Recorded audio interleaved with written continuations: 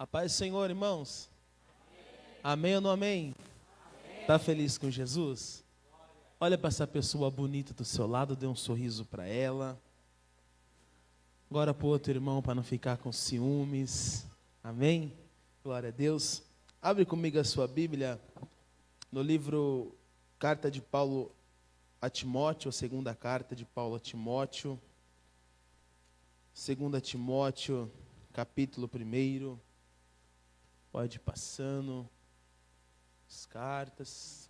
Se para você ficar mais fácil, pode ir em Apocalipse voltando. Apocalipse, Judas, João, vai passando por Pedro, Tiago, Hebreu, vai chegar ali em Timóteo. Timóteo capítulo 1, versículo de número 3. 2 Timóteo 1, 3. Quem encontrou, diga amém. Diz assim a palavra do Senhor: rendo graças a Deus, a quem sirvo com a consciência limpa, como o serviram meus antepassados, ao lembrar-me constantemente de ti, noite e dia, em minhas fervorosas orações. Recordo-me das tuas lágrimas e desejo muito te ver, para que possa encher o meu coração de alegria novamente.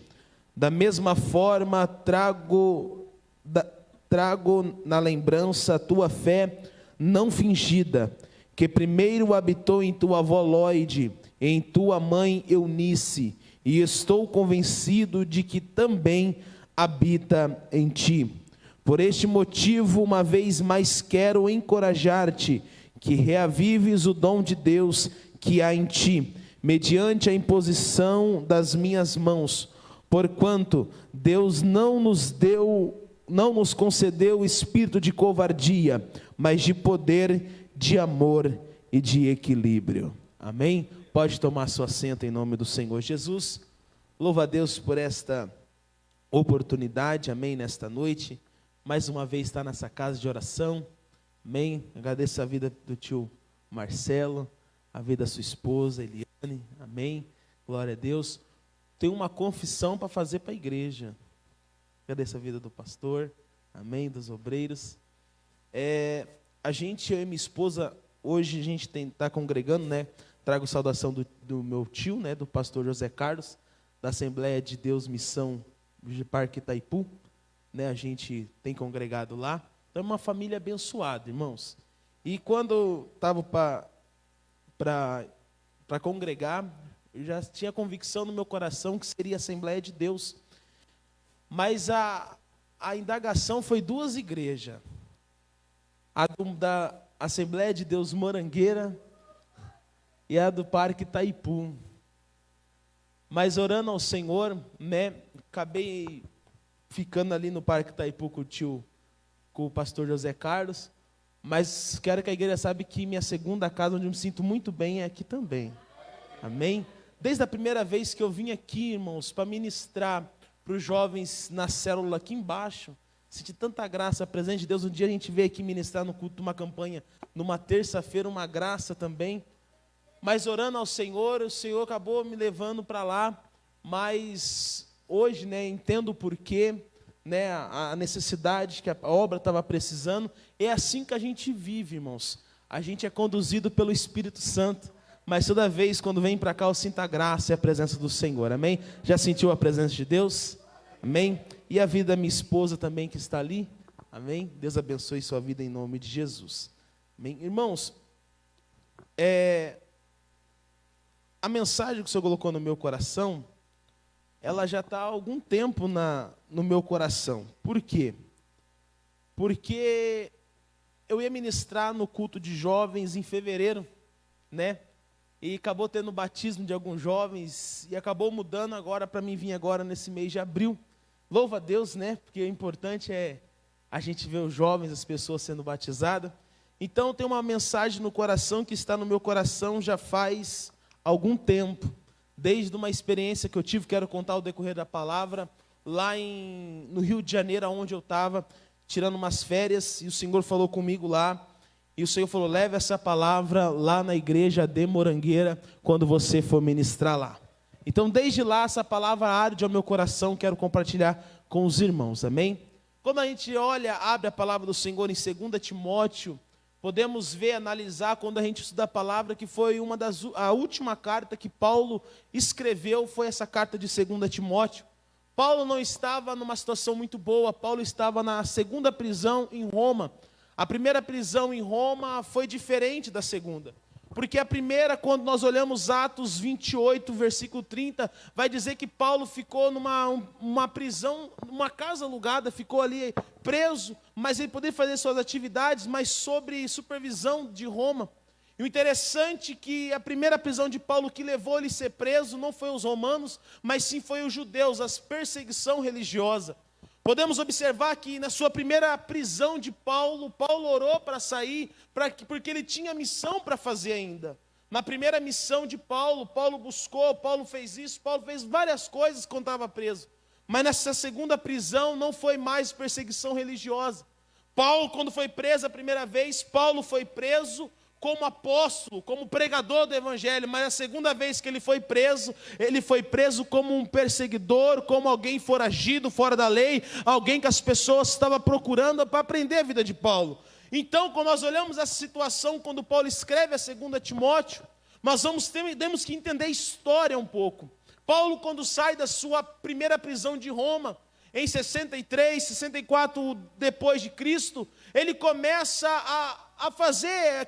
iniciando a sua quarta viagem missionária, a pregar o evangelho, anunciar a palavra de Deus. Chega um momento em que 19 de julho de 64 depois de Cristo, o imperador Nero, ele começa a arquitetar uma situação, e o que ele faz? Na cidade de Roma, a maior cidade do mundo, ali estava o Império Romano. Ele pega as suas 14 cidades ou 14 bairros e ele manda sitiar fogo. Alguns vai dizer que não, outros vai dizer que sim. Mas quando a gente estuda um pouco da história, vamos entender. Porque Nero, por algum momento, ele queria sitiar fogo na cidade, porque ele queria fazer uma nova Roma da sua maneira.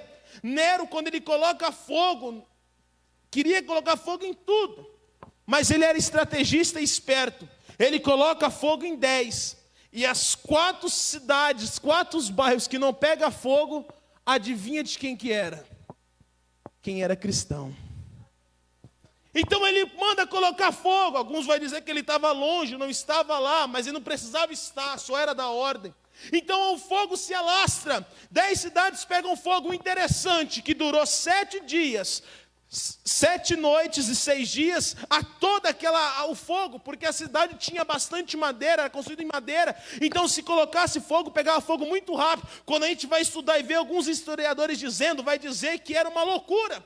Porque quando olhava aquele monte de fogo, começa a olhar uma pessoa passando por cima da outra, olhava as pessoas no 3º, 4º andar, pulando, querendo se matar, porque grande era o fogo, aquele que entrava para roubar algo que ele trazia consigo, as pessoas passavam por cima, era algo terrível.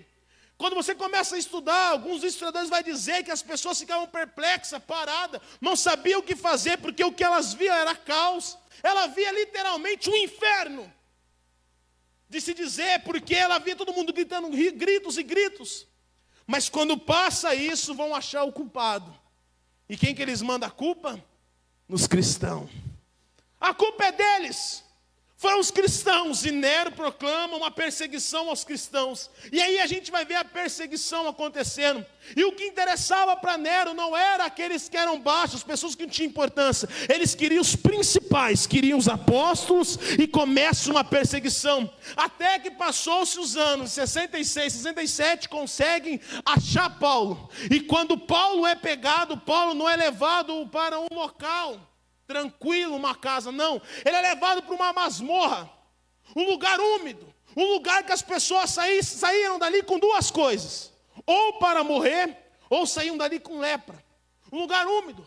Os próprios amigos mais íntimos de Paulo, quando foi atrás dele, foi difícil encontrar Paulo. Porque onde Paulo estava não tinha acesso facilmente. Não sabiam para onde mandou Paulo. Mas Paulo estava preso. Paulo estava na masmorra. Quando Paulo escreve 2 Timóteo, capítulo 4, ele vai dizer o seguinte: olha, Lucas está comigo. Lucas está comigo. Ou seja, Lucas conseguiu encontrar Paulo. Mas a Bíblia vai dizer que no meio dessa perseguição toda, alguns acabam se desviando. A Bíblia vai dizer em 2 Timóteo 4 que Paulo escreve: ei, Demas me abandonou. Demas amou o mundo secular e me abandonou. Quando eu tive um interrogatório de falar que eu era inocente das acusações, Alexandre, que dizia que era meu amigo, na hora H, no momento, ele acaba dizendo: não conheço Paulo, não sei de Paulo, começa a negar, e eu acabo sendo preso, e eu me sinto sozinho. Quando eu olho Paulo escrevendo isso, eu vejo duas coisas.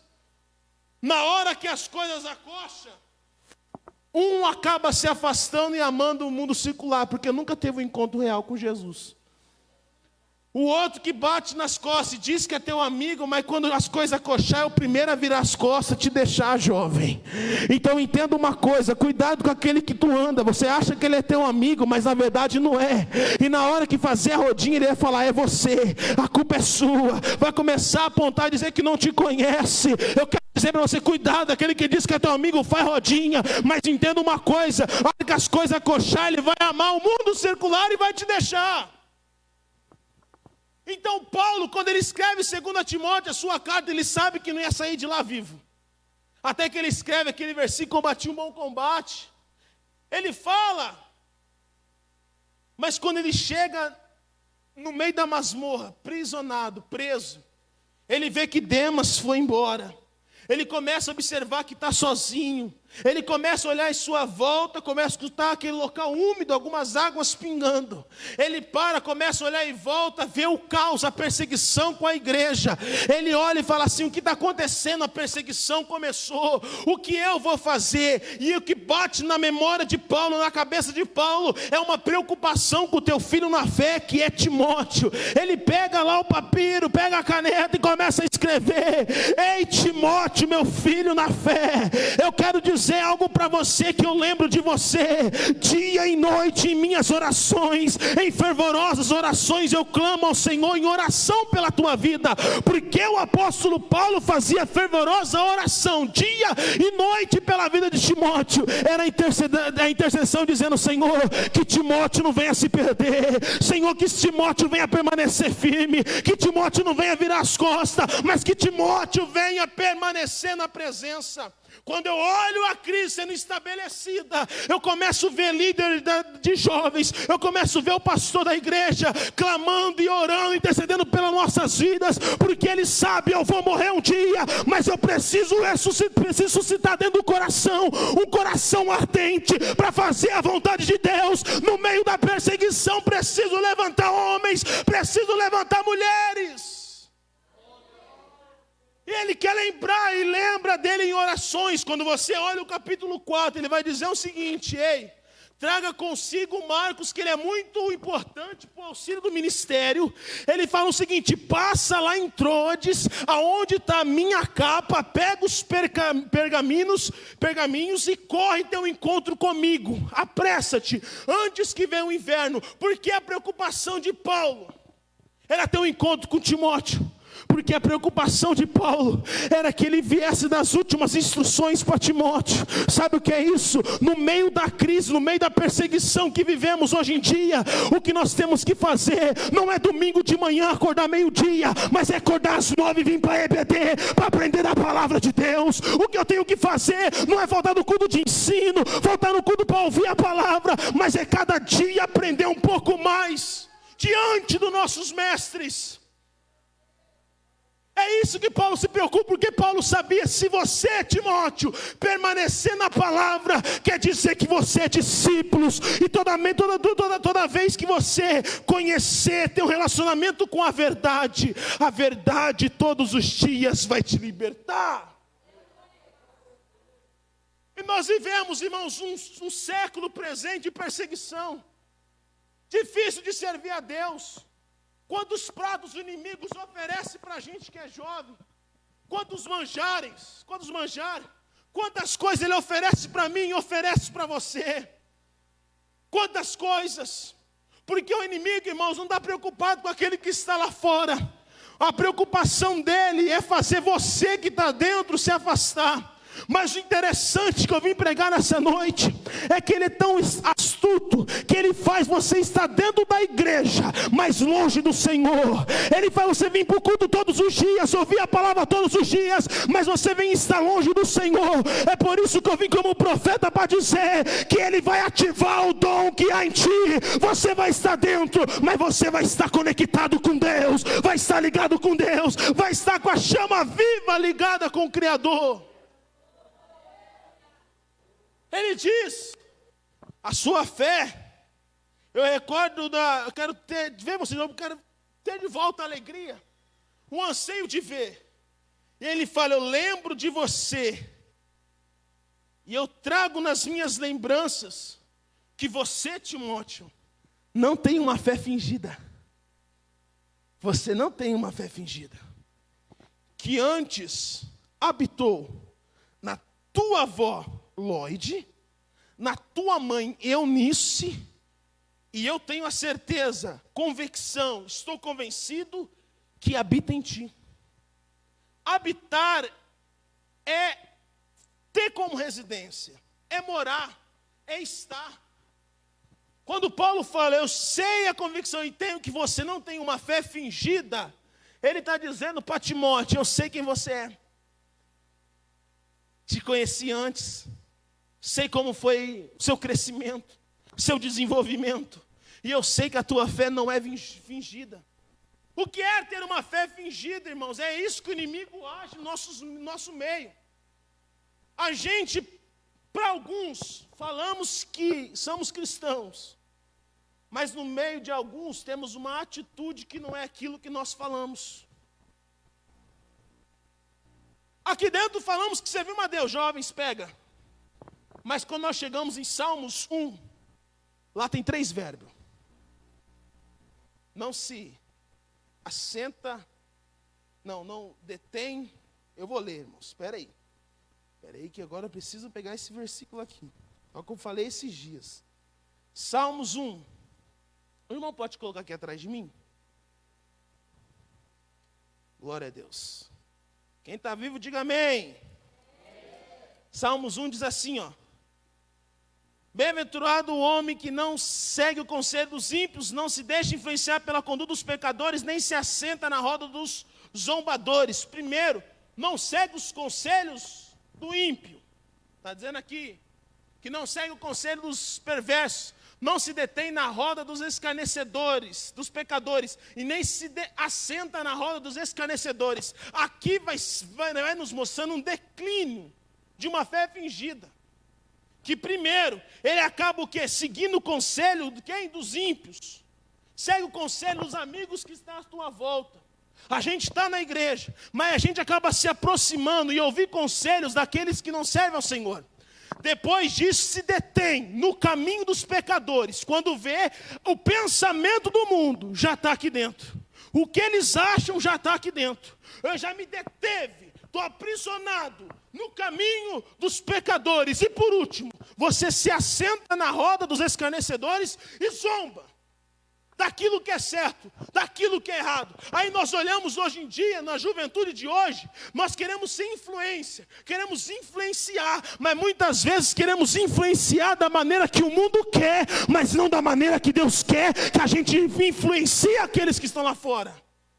Se torna uma fé fingida, mas quando Paulo olha e fala assim, Timóteo, você não, nem você eu encontrei uma fé que não é fingida, a sua vida é uma fé verdadeira, eu te conheço, Timóteo, e é por isso que a minha preocupação é que você venha no meio do caminho se afastar, mas eu tenho a convicção que ainda você está de pé,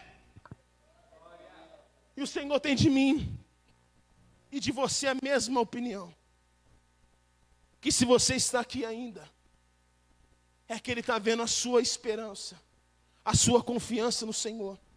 Por mais que você está aqui dentro, mas às vezes comete erros lá fora, mas o Senhor sabe que você ainda continua pedindo perdão, ainda continua buscando ao Senhor. Senhor, muda a minha história, Senhor, muda a situação, me ensina a ser verdadeiro, Senhor. É por isso que o Senhor está dizendo, detém na minha lei de dia e de noite. Oi, busca ao Senhor, clame ao Senhor, continua buscando. Não é tempo de você parar, eu vou desistir, largar tudo, não, permaneça firme, permaneça firme. E aí entra no texto, que é onde ele para e fala o seguinte: ei, Timóteo, eu quero uma vez mais. Eu quero uma vez mais te instruir, Timóteo. Me instruir no quê?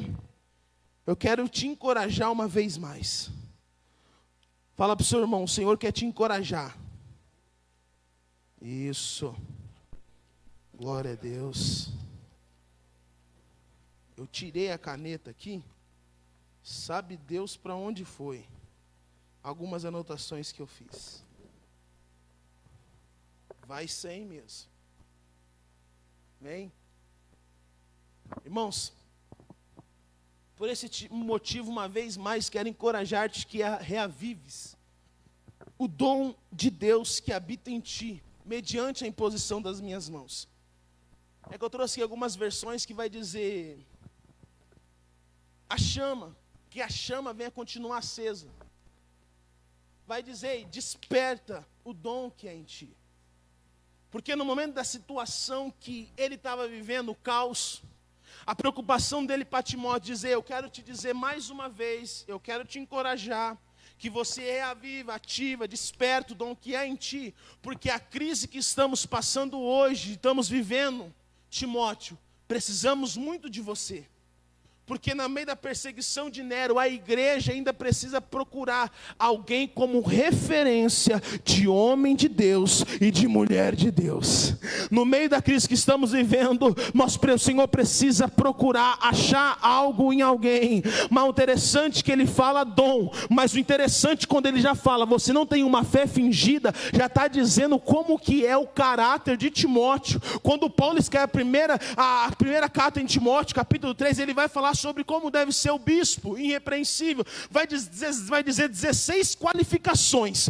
15 qualificações é dizer do caráter, como deve ser o bispo, o pastor. E ele vai dizer apenas de ensinar. Então quando ele fala, tua fé não é fingida, eu sei que você é irrepreensível, sem culpa, sem mancha. Sei quem você é, porque você é verdadeiro. Sei qual é o teu caráter. Ok, teu caráter está aprovado, mas eu preciso que através do seu caráter, as pessoas precisam ver uma chama, algo maior da presença de Deus na sua vida. E a marca de um cristão é o dom de Deus que habita dentro de você. E esse dom que está dentro de você, Timóteo, precisa ser ativado no tempo presente. Sabe o que o Senhor está falando? O nosso caráter tem que ser irrepreensível, mas o Senhor está preocupado. Você precisa ativar o dom que eu te dei, você precisa cultivar aquilo que eu te dei, porque é isso que eu quero. Quando a gente olha Paulo pregando lá em Antioquia, Paulo fez vários milagres. Isso chamou a atenção. É dom. Aí o interessante é, quando a gente vai ver alguns estudiosos dizendo acerca, fazendo uma exegese desse texto, vai dizer algo interessante. Aquilo que nós temos em nós, o dom que Deus nos deu, é em prol do corpo, que é a igreja. Então Deus te deu uma coisinha, um dom nós temos, que é necessário para algo dentro da igreja, algo específico, que nós precisamos encontrar, buscando ao Senhor. Mas o interessante é que Paulo diz, eu quero te encorajar mais uma vez que você desperta, você já tem. Mas a preocupação de Paulo é, por você ter, você não pode ficar acomodado, porque o dom tem que ser cultivado, porque não depende de Deus, quer dizer, eu te dei o dom, vou te usar, mas tem que ter algo da parte da gente, para a gente cultivar esse dom de Deus. Quando a gente vai estudar lá no Setebari, na Cenovada está escrito lá, a chamada é divina, mas o preparo é humano. Aquilo que Deus deu para a gente é Deus. Mas nós precisamos trabalhar, cultivar, se preparar para aquilo que Deus nos deu. Quando ele está dizendo ativa o dom, está dizendo o seguinte, não deixa que aquilo que Deus te deu enferruje. Não deixa aquilo que Deus colocou na tua mão se enferrujar. Aí acontece no século presente que nós olhamos Deus usando a vida do ar. Aí pensamos, mas Deus não vai usar a minha vida. Mas peraí, Deus usa cada um de uma forma diferente. Deus usou um para isso, mas Deus quer te usar para outra maneira. Aí nós falamos, Deus já está usando a vida do outro, e acabamos se acomodando e não ativando o dom que Deus nos deu. Aí nós olhamos para a gente e ficamos enferrujados. Pensamos que Deus não vai usar mais a gente. Pensamos que Deus não tem mais plano, que Deus não tem mais isso. Mas eu quero dizer que é tempo de você ativar aquilo que Deus deu para a tua vida, porque é tempo dele te usar, é tempo dele te levantar nessa noite, irmãos. É tempo do Senhor ativar aquilo que jovens que Deus tem na nossa vida, é ativar o dom que Deus nos deu na escola, ser um testemunho vivo. É por isso quando Paulo escreve, capítulo 2, 2 Timóteo, ele fala, ei, meu filho, vem sofrer comigo as aflições, vem sofrer comigo.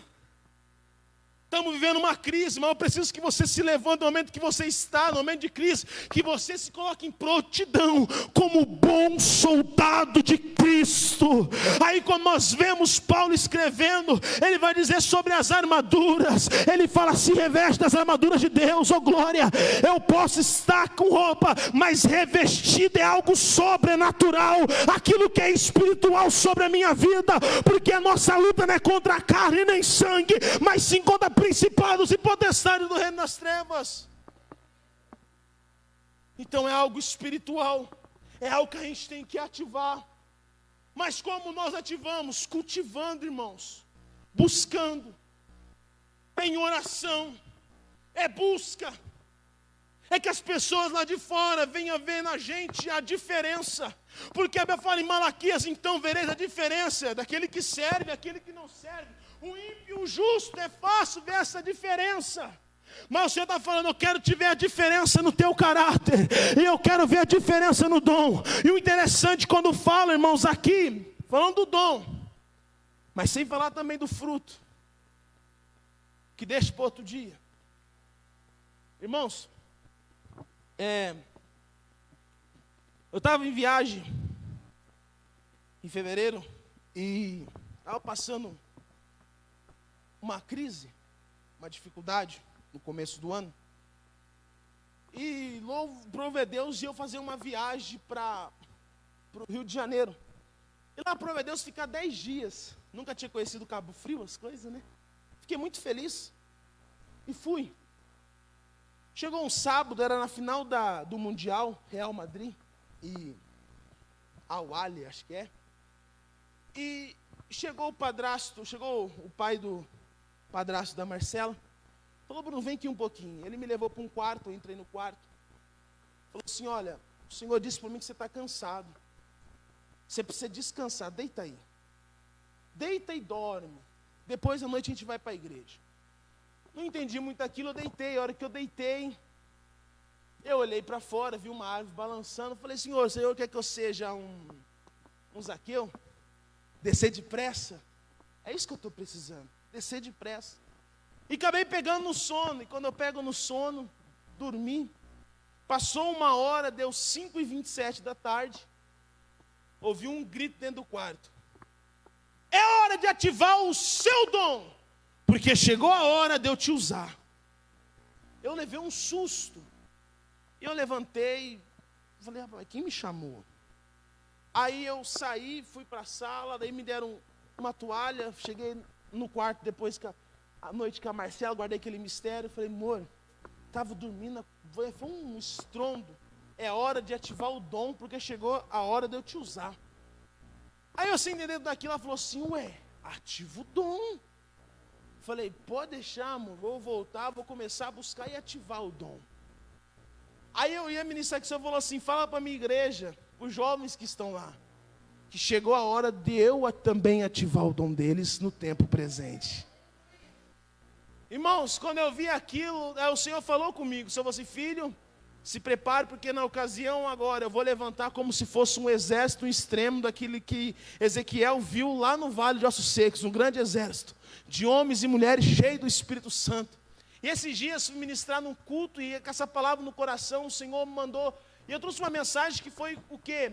que quando Manassés, o pior rei que já existiu, ele reinou, se não falo a memória, 55 anos, se não falo a memória, foi o pior rei. Mas o interessante é que no reinado dele nasceu Jeremias, no reinado dele nasceu Josias. Aí o Senhor me diz, é no período de crise que eu levanto homens e mulheres de Deus capacitados para fazer a minha obra. É no período de crise que o inimigo pensa, eu estou fazendo o que eu quero, mas eu estou preparando a minha arma secreta que eu vou levantar. Aí o Senhor disse para mim, eu vim dizer para você nessa noite, que chegou a hora do Senhor ativar o dom que há em ti, que há dentro de você, aquilo que Deus te chamou, aquilo que Deus quer te levantar, porque o texto ainda vai dizer, eu não vos dei um espírito de covardia, mas de poder, de amor e de equilíbrio. É isso, jovens, que Deus quer na nossa vida. Ele não deu um espírito de covarde. E muitas vezes nós somos covardes quando nós estamos na escola para pregar, falar do amor de Jesus para o outro, porque Ele fala, não te deu um espírito de covarde, mas de poder. Porque a Bíblia fala, em Mateus 10, quando eu vou ministrar a palavra, pregar, falar de amor para alguém, não é eu que falo, mas sim o Espírito Santo que está em mim, que vai falar as palavras que devem ser faladas. Sabe o que é isso? Não deu espírito de covardia, mas de poder, para você entender que não é você, mas sim sou eu. Aí ele fala amor, porque, ou seja, nós só vamos pregar o Evangelho se a gente tiver amor. Não amor, eu posso vir aqui não ter amor e pregar, com certeza, mas um amor genuíno, quando a gente tem realmente o amor pelas almas. Aí entra o que eu quero dizer, se você ama realmente aquela alma que está perecendo, você vai pregar para ela. Aí ele fala, tudo em equilíbrio. É em equilíbrio. Equilíbrio, irmãos. Aí entra um fator que orando o Senhor falou comigo, tem vários fatores sobre equilíbrio, se a gente falar aqui. Mas o equilíbrio que o Senhor falar ao meu coração, como falar? Como convém? Como pronunciar? Como estar? Como fazer? É um equilíbrio. Muitas vezes nós olhamos o nosso amigo do nosso lado errando e pecando, mas já vem, chupa essa espada. Mas cadê o amor? Tem o equilíbrio. Então o Senhor quer nos dar um espírito de equilíbrio para a gente compreender, entender as coisas e saber como trabalhar. Porque nós, como somos jovens, queremos antecipar muitas coisas, somos muito voados. Mas Paulo diz, entenda que você tem um poder dentro de você, que você venha ter um amor e você tem um equilíbrio dentro de você. É isso que o Senhor quer para nossas vidas nesta noite, que nós ativamos os dons. Aí Paulo até vai dizer, com a imposição das minhas mãos. Imposição das minhas mãos. Quando a gente estuda, a gente vai ver que é delegar a autoridade. É Paulo colocando a mão, abençoando a vida de Timóteo. Mas quando a gente vê também 1 Timóteo, capítulo 4, versículo 18, se não fala a memória, fala exatamente isso. Olha, desenvolva o dom que há em ti, pelas palavras proféticas, proferidas pela profecia, pelas imposição de mãos dos presbíteros. Aí antes de falar de imposição de mão, está dizendo de novo, mas eu quero que agora que você ative. Mas em 1 Timóteo ele fala o seguinte, que você venha desenvolver o dom. Então não basta a gente ter aquilo que Deus deu o dom, mas ficar para a gente. Mas a gente tem que desenvolver para usar na obra do Senhor e ganhar almas para o reino de Deus. Então é isso, irmãos, eu acho maravilhoso para testemunhar, para me finalizar a mensagem. Lindo de ver a publicação do Daniel, essa benção pura. Deus levando ele, pregando a palavra. Eu vejo ele desenvolvendo algo, o dom que Deus deu na vida dele. Eu vejo ele, vai na faculdade. Mas o interessante, irmãos, que eu tiro o chapéu para ele, no sentido assim de respeito, né? De carinho, é que ele prega a palavra, trabalha e ainda faz faculdade. Isso é para provar que tem como usar o dom de Deus dentro da igreja, fora da igreja, onde a gente estiver, exercer e ser um cristão. Jovens que estão aqui, é possível não se corromper com o mundo lá fora, mas permanecer na presença de Deus. Mas todos os dias, guarda isso, nós devemos cultivar o dom de Deus em nossas vidas. Todo dia está orando e buscando ao Senhor. Porque, irmãos, nós não ficamos de pé pela força do nosso braço, mas sim pela misericórdia do Senhor. Mas também depende de mim e de você, todos os dias, se humilharmos e derramarmos aos pés do Senhor. Porque a misericórdia do Senhor se renova todos os dias, mas é necessário a gente entender e compreender que o dom, nós precisamos trabalhar com ele e ser cultivado todos os dias. Amém? Quem entendeu a palavra, diga amém. Se coloca de pé nesta noite. Então entenda que nesse período de crise, várias coisas acontecendo. E quando a gente olha também 2 Timóteo 3, Paulo ele traz algo para os nossos dias que é muito interessante. Ele olha para a crise que ele está vivendo. Ele fala o seguinte, 2 Timóteo 3, vai chegar tempos terríveis. Aí eu paro e penso, se vai chegar tempos terríveis, quer dizer que o dele era difícil. Mais terrível do que ele estava presenciando. Aí vai dizer homens cruéis, ingratos, vai dizer, depois você lê na sua casa, um monte de coisa. E você comparar com o tempo presente, é aquilo que nós estamos vivendo. Aí ele fala, para a gente entender, é nesse tempo presente, dos últimos dias que nós estamos vivendo, que o Senhor quer ressuscitar, quer ativar a chama do fogo do Senhor em nossos corações. Amém? Quase nessa noite quer reavivar esse dom, a chama do Senhor em seu coração. Feche os teus olhos, vamos orar. Pai, em nome do Senhor Jesus Cristo, Pai, nessa noite, Pai, eu oro, Pai, apresentando a vida dos teus filhos, Pai, que eu creio que nesta noite, o Senhor, vão, Pai, que do reavivar, Senhor, ativar, Pai, que do dom, Pai, despertar o dom, Pai, que há neles, Pai. Eu creio que nesta noite, Pai, que desses jovens, Pai, sairão daqui cheios do Espírito Santo. Esse homem, Pai, essa mulher, Pai, sairá cheio do Espírito Santo. Porque eu creio, Senhor, meu Deus, meu Pai, que no período de crise, no período de dificuldade, de perseguição, o Senhor sempre levanta homens e mulheres, Pai. E o Senhor vai levantar os jovens dessa igreja, vai levantar nossas vidas, vai levantar, Senhor. E eu creio, Pai, que o Senhor vai usar cada um, Senhor, na igreja, Senhor, conforme o Senhor deseja, Pai.